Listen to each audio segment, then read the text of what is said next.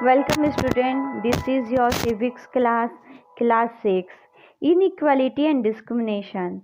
Discrimination happens when people act on their prejudice or stereotypes. If you do something to put your other people down, if you stop them from taking part in certain activities and taking up jobs, or stop them from living in certain neighborhoods, prevent them from taking water from the same well or hand pump, or not allow them to drink tea in the same cup or glasses as others, you are discriminating against them. असमानता एवं भेदभाव तब होता है जब लोग पूर्वग्रहों या रूढ़िबद्ध धारणाओं के आधार पर व्यवहार करते हैं। अगर आप लोगों को नीचा दिखाने के लिए कुछ करते हैं, अगर आप उन्हें कुछ गतिविधियों में भाग लेने से रोकते हैं, किसी खास नौकरी को करने से रोकते हैं या किसी मोहल्ले में रहने नहीं देते, ऐसे ही कुएं या हैंडपंप से पानी नहीं लेने देते और दूसरे द्वारा इस्तेमाल किए जा रहे कप या गिलास में चाय नहीं पीने देते, तो इसका मतलब यह है कि आप उनके साथ भेदभाव कर रहे हैं। Discrimination can take place because of several reasons. You probably recall from the previous chapter that Samir and Samir do were different from each other in many ways. For example, they belong to different religions. This is an aspect of diversity. However, this diversity can also be a source of discrimination.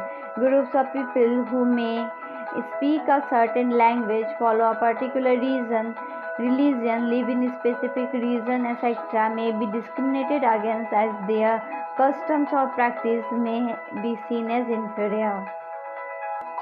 भेदभाव कई कारणों से हो सकता है। आप याद करें कि पिछले पार्ट में समीर 1 और समीर 2 एक दूसरे से बहुत भिन्न थे। उदाहरण के लिए उनका धर्म अलग था या विविधता का एक पहलू है, पर यहाँ भेदभाव का कारण भी बन सकता है। ऐसा तब होता है जब लोग अपने से भिन्न प्रथाओं और रिवाजों को निम्न कोटि का मानते हैं।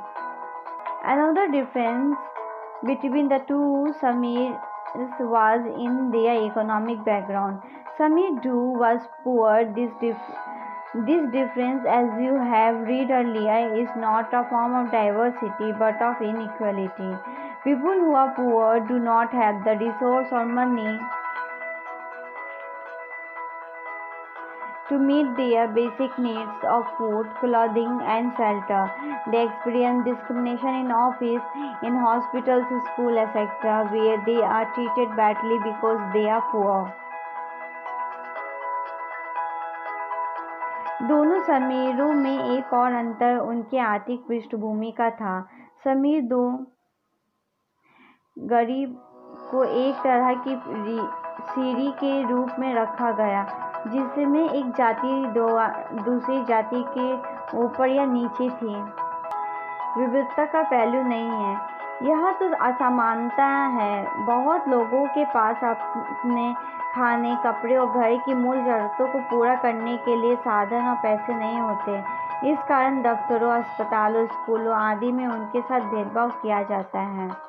Some people may experience both kinds of discrimination. They are poor and they belong to groups whose cultures is not valued.